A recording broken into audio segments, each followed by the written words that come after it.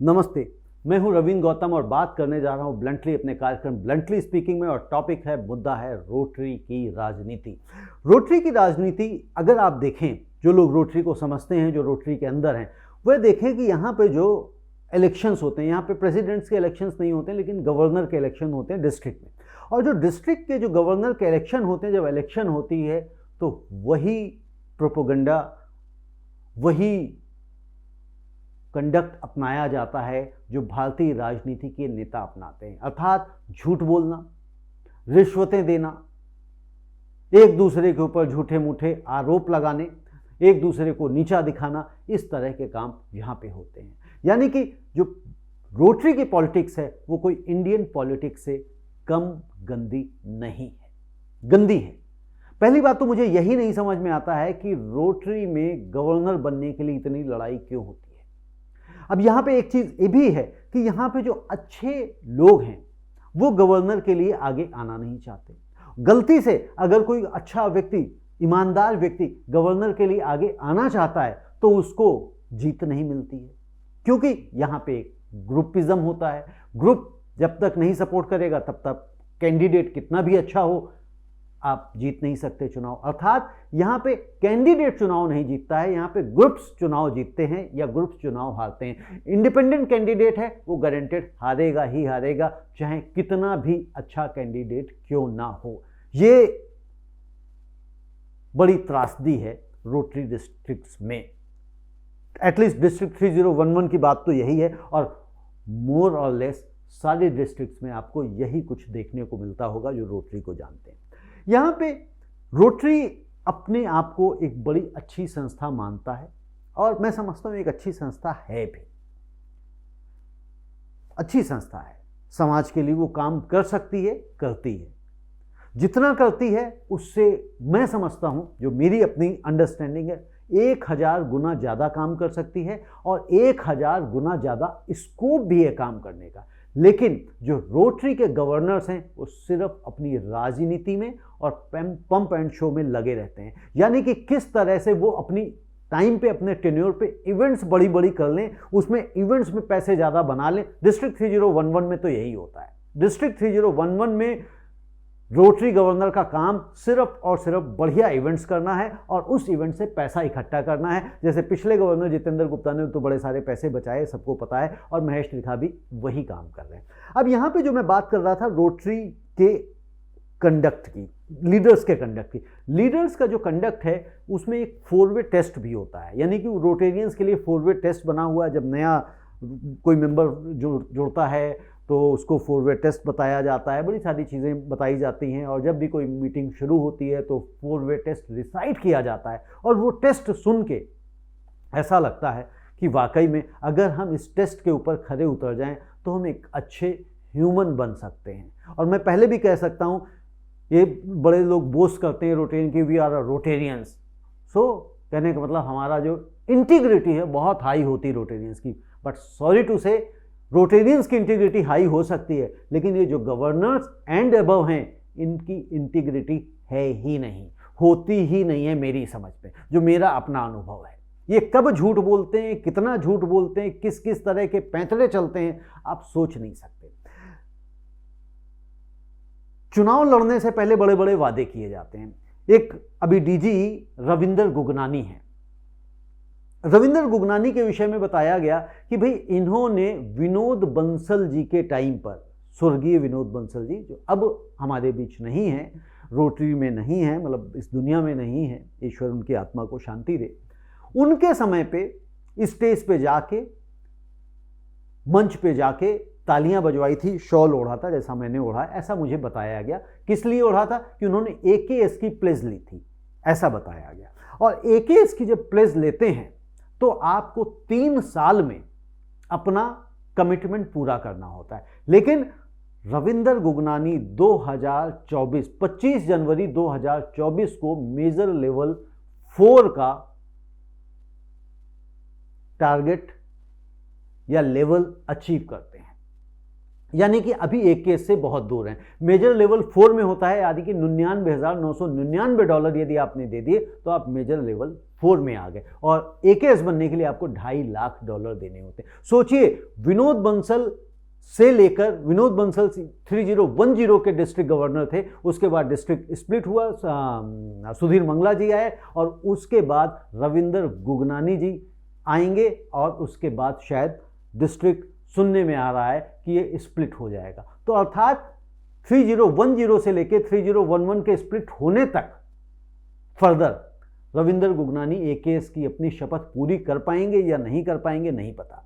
3 साल की जगह ये कितने साल हो गए, 2014 में शायद स्प्लिट हुआ था, अगर मुझे ठीक से ध्यान है, 1 साल आगे पीछे हो सकता है, तो कोई ऐसी बात नहीं। तो यानी कि 10 साल से भी ज़्यादा हो गया है, वो अपनी कमिटमेंट अभी तक नहीं पूरी कर पाए, यदि उन्होंने विनोद बंसल जी के टाइम पे प्लेज ली थी। और ये सिर्फ विनोद बंसल जी के टाइम पे प्लेज नहीं ली, उसके बाद भी 1-2 गवर्नर्स के कार्यकाल में, टेन्योर में वो प्लेज ले चुके हैं, मंच पे जा चुके हैं, शॉल ओढ़ चुके हैं, तालियां बजवा चुके हैं। प्लेज का तो ये लोग यहाँ पे ये बताते हैं रोटेरियंस की, आपको RI ऑफिस में जाके बाकायदा साइन करना होता है, कमिटमेंट देनी होती है कि हम 3 साल में देंगे, और 1/3 आपको अमाउंट पूरा करना होता है। तो अभी तक ये 1/3 अमाउंट नहीं इनका पूरा हुआ था।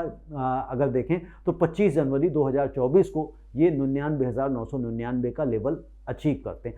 कहने का मतलब ये है कि जब हम कोई चीज़ कमिट करते हैं और हम उसे पूरा नहीं कर पाते हैं, क्योंकि जब कंट्रीब्यूशन है, डोनेशन है, ये तो स्वेच्छा से हो रहा है ना, आपके ऊपर कोई बंदूक तो रख नहीं रहा है कि नहीं आपको तो बॉस बोलना पड़ेगा। अगर बंदूक रख भी रहा है, क्योंकि जो गवर्नर हैं वो चाहते हैं कि एक दिखा सकें, प्रोजेक्शन दे सकें, देखिए हमारे टाइम पे इतना कलेक्शन आने वाला है, हम इतना पैसा रोटरी को इकट्ठा करके देंगे, लोगों से ले लेके हम इकट्ठा करके देंगे। क्योंकि बहुत सारे लोग ये भी कहते हैं गवर्नर कलेक्शन एजेंट होता है RI का, होता होगा, करता होगा काम, सबके अपने अपने काम है। तो अगर वो कलेक्शन एजेंट भी है और आपसे पैसा लेना चाहता है देन, और आप लेकिन दे पाने में सक्षम नहीं है, तो कम से कम आप तो अपनी इंटीग्रिटी बचा के रखिए। क्योंकि रोटेरियंस ये कहते भी सुने जाते हैं कि रोटेरियंस की जो इंटीग्रिटी बड़ी हाई होती है, लेकिन मैं ये कहता हूं, जब अगर if you are not able to walk your talk, how could be you, कैसे संभव है?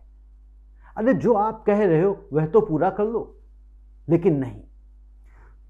तो सवाल यहां पे यह खड़ा कर रहा हूं मैं कि रविंदर गुगनानी ने जब इलेक्शन भी लड़ा था, तब भी उन्होंने अपने रिज्यूमे में लिखा हुआ है, बायोडेटा में लिखा हुआ है कि ही प्लेस फॉर AKS, उसको भी समय हो गया। तो आखिर यह कब पूरा करेंगे और कब पूरा होते होते कितना समय हो जाएगा? यहां पे मुझे एक सज्जन ने यह भी कहा कि यार उन्होंने पैसा देना है, कोई मांग थोड़ी ना रहे हैं, कोई अपने लिए थोड़ी ना ले रहे हैं, वो तो दे रहे हैं, कंट्रीब्यूट कर रहे हैं, तो कभी भी दे देंगे। तो हमने कहा बिल्कुल कभी भी दे देंगे, रोटरी भी कभी मना नहीं कर रहा। मैंने उनको जो कहा, हमने कहा रोटरी में आप ये नहीं कह रहा कि आपको 3 साल में देना, आप 10 साल में दे दो, 20 साल में दे दो। रोटरी आपके पास बंदूक रखने फिर अगेन आ गया, तो नहीं आया था ना। लेकिन अगर एक प्रोसीजर बना हुआ 3 साल में कमिटमेंट करने का, और प्लेज का मतलब क्या हुआ, what is the meaning of pledge? अगर आप प्लेज ले रहे हैं और नहीं कर रहे हैं, तो आप प्लेज ले ही क्यों रहे हैं? और एक बार नहीं, आप 2-2 3 बार अगर कर रहे हैं तो क्यों कर रहे हैं, क्या जरूरत है? अर्थात आप लोगों को भ्रमित करना चाहते हैं कि पहले वाला तो कितने लोग, क्योंकि जब भी इस तरह की मंच पे बातें होती हैं तो सारे रोटेरियंस तो होते नहीं है, कुछ लोग नए, हर बार नए लोग आ जाते हैं, तो सबके सामने तालियां बज जाती हैं, उन्हें लगता है ये वाह भाई वाह। मुझे भी नहीं पता था, मुझे मेरे कार्यक्रम में एक AKS आए थे, उन्होंने इंटरव्यू दिया तो उन्होंने बताया कि भाई ऐसे ऐसे था, ठीक है। उसके बाद और बड़े सारे PDGs ने कहा, उसके बाद हमने उनका बायोडेटा देखा तो उसमें भी लिखा हुआ था, जो गवर्नर बनने के टाइम पे, इलेक्शन के टाइम पे था। तो कहने का मतलब है कि आपको जब कुछ काम कर सकते हो तभी उसको कहें, क्योंकि अगर 4 वे टेस्ट आप अपने ऊपर लागू नहीं कर रहे हैं गवर्नर, तो फिर ऐसे 4 वे टेस्ट का फायदा क्या?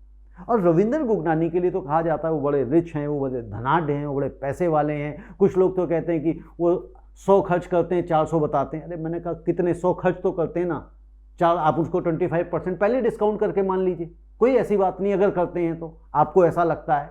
तो यहाँ पे मैं इन सब चीज़ों में नहीं जाना चाहता हूँ कि क्या करते हैं क्या नहीं, लेकिन मैं यहाँ पे इस बात पे सवाल जरूर उठा रहा हूँ कि जो काम आप कर नहीं सकते, कर नहीं पाते हैं, तो उसको भरे मन से पब्लिकली कहते क्यों हैं, वाहवाही लूटते क्यों हैं, झूठ क्यों बोलते हैं, आप झूठे क्यों साबित होते हैं? रोटेरियंस हैं और उसके बाद आप गवर्नर हैं तो गवर्नर को झूठा साबित नहीं होना चाहिए। जो गवर्नर कह रहा है वो बात वैसी की वैसी होनी चाहिए। अगर आपका इंटीग्रिटी आपकी हाई है तो, मोरल आपका हाई है तो, और नहीं है तो फिर तो आप झूठे हैं ही। अब दूसरी बात यहाँ पे एक और आता है कि अभी इलेक्शन में डॉक्टर पुष्पा सेठी भी कॉन्टेस्ट कर रही हैं, दिनेश जैन भी हैं, हेमंत भसीन भी हैं, और एक सुरेश गुप्ता जी थे, उन्होंने सरेंडर कर दिया। उन्होंने कहा भैया ये तो ग्रुपिज़म है, मैं तो, मेरे पास समय नहीं है, छुट्टी कर दी। उन्होंने कहा कि नहीं, ये मेरे लेवल का है ही नहीं, क्योंकि जब तक आप गंदगी में उतरते नहीं तब तक आपको उस कीचड़ की गहराई का पता नहीं लगता है। कई बार लगता है कि कीचड़ ऊपर ही ऊपर है, लेकिन कीचड़ बहुत अंदर तक समाया होता है। तो शायद सुरेश गुप्ता जी को समझ में आया कि भाई ये मेरे लिए नहीं, जैसा उन्होंने अपने रेजिग्नेशन में लिखा था। तो यहाँ पे मैं कह रहा था डॉक्टर पुष्पा सेठी, उन्होंने भी अपने रिज्यूमे में लिखा कि she has been placed for a case. Mahesh Trikha जो गवर्नर हैं, उनको बड़ी इंस्टॉलेशंस के जितने प्रोग्राम्स हुए, क्योंकि महेश त्रिखा की वो कैंडिडेट हैं एक तरह से डॉक्टर पुष्पा जी, तो वो मंच से अनाउंस करते रहे, AKS उनको बताते रहे। लेकिन हालांकि अभी जो रिटर्न में एक चिट्ठी निकाली उन्होंने, उसमें डॉक्टर पुष्पा सेठी के लिए उन्होंने AKS नहीं लिखा। कोच्चि में जब ये इंडक्शन प्रोग्राम हुआ तो वहाँ पे हेमंत भसीन को इंडक्शन हुआ था, लेकिन डॉक्टर पुष्पा सेठी नहीं गई थी। तब मैंने 10 दिसंबर को ये एक प्रश्न पूछा था ऑप्टिमाइज़र के थ्रू कि क्या डॉक्टर पुष्पा सेठी चुनावों में अपनी हार को देखते हुए अपने AKS के कमिटमेंट से वो पीछे हट गई हैं। और 10 दिसंबर तक उनका जो लेवल है वो लेवल था मेजर डोनर लेवल 3, और मेजर डोनर लेवल 3 उनके डॉक्टर पुष्पा सेठी ने अचीव किया था 14 मार्च 2024 को। तो 14 मार्च 2024 से लेके 10 दिसंबर तक उनके लेवल में कोई भी परिवर्तन नहीं आया था। अर्थात जो मेजर डोनर लेवल 3 है वो $50,000 यदि आप दे देते हैं तब आपका लेवल 3 हो जाता है। तो अभी पहले डॉक्टर पुष्पा सेठी को लेवल 4 अचीव करना है। जब वो लेवल 4 अचीव कर लेंगी तब उसके बाद वो AKS की दौड़ में होंगी। हालांकि यहाँ पे बात ये भी है कि वो 3 साल का समय उनके पास है, लेकिन वो 3 साल का समय उनके पास है तो कहने का मतलब है अगर 1/3 उन्होंने दे दिया, यानी कि $2,50,000 का 1/3 दिया, तो तब भी $80,000 होता है। तो देखते हैं डॉक्टर पुष्पा सेठी का किस तरह से चीज़ें होती हैं, कैसे आगे चलती हैं, या वास्तव में वो इलेक्शंस को जो रिजल्ट समझ में आ रहे हैं, जो ओपिनियन पोल बन रहा है, माहौल बन रहा है, तो उसको देखते हुए उनका कंडक्ट कैसा रहेगा। क्या वो ये रविंद्र गोगनानी जी की तरह ही रहेगा, या वास्तव में डॉक्टर पुष्पा सेठी अपनी कमिटमेंट को ऑनर करेंगी, एक रिजल्ट चुनाव में कुछ भी हो। दूसरी बात, बड़ी बात यही है कि यदि, जो मैं कहना चाहता हूँ इस मंच से, इस प्लेटफॉर्म से, जो गवर्नर्स हैं ये राजनीतियों में ना पड़ें, ये इवेंट्स के चक्करों में ना पड़ें, क्योंकि महेश त्रिखा की इवेंट्स अगर आप देखें, गवर्नर हैं, वो लगातार उनकी कमिटमेंट फेल होती चली जा रही। पहले उन्होंने कहा कि जी हम मैराथन करेंगे, फेल हो गई, नहीं कर पाए। बड़ी मैराथन का उन्होंने सपना देखा था, ठीक है, और वो शेख चिल्ली के सपने से कुछ कम नहीं था। फिर उसके बाद दिवाली, डिस्ट्रिक्ट दिवाली की बात करी, उसकी डेट वेट अनाउंस हुई, वो भी कैंसिल हो गई, वो भी नहीं हो पाई। फिर तीसरी जो है, और भी 1-2 चीज़ें हैं, उस पर मैं बाद में बात करूंगा। एक मैंने भी जो लिखा हुआ है वो वैक्सीन की बात करी कि उन्होंने एक प्लेटफॉर्म से 1 लाख वैक्सीन की बात करी। तो मैंने पूछा कि भैया आपने 1 लाख वैक्सीन लगाने की बात की थी सर्विकल कैंसर की, तो वो वैक्सीन आपको 6 महीने हो चुके हैं, अब तक कितनी लग गई? क्या 10,000 भी वैक्सीन लग गई, यानी कि 10% भी क्या वैक्सीन आपने लगा दी? क्योंकि 6 महीने गुजर गए हैं। अगर 6 महीने में कायदे से तो 50% लग जानी चाहिए थी, लेकिन अगर 50% छोड़िए, मेरी समझ में तो 10% वैक्सीन भी नहीं लगी हैं, और अगर वो नहीं लगी हैं तो 1 लाख की तो आप बात भूल ही जाएं। तो ये जो बड़ी बड़ी जो बातें करने का रोटरी के लीडर्स के अंदर, रोटरी के गवर्नर्स में जो बातें आ जाती हैं तालियां बजवाने की, कि लोगों को लगता है जुमलेबाजी, जो आजकल जुमलेबाजी नेताओं की होती, तो ये गवर्नर भी जो जुमलेबाजी करने लगे हैं, इनको जुमलेबाजी करने की आवश्यकता क्यों है? क्यों करनी चाहिए इनको जुमलेबाजी? मैं नहीं समझता हूं कि इनको किसी भी तरह की जुमलेबाजी करनी चाहिए, बल्कि एक प्रेसिडेंट सेट करना चाहिए कि जो ये कहते हैं, जो ये बोलते हैं, वही करते हैं। और जब तक ये नहीं होगा, जब तक ये लोग अपने आचरण में, अपना कंडक्ट में ऑनेस्टी, ईमानदारी नहीं लाएंगे, तब तक रोटरी का कल्याण नहीं हो सकता।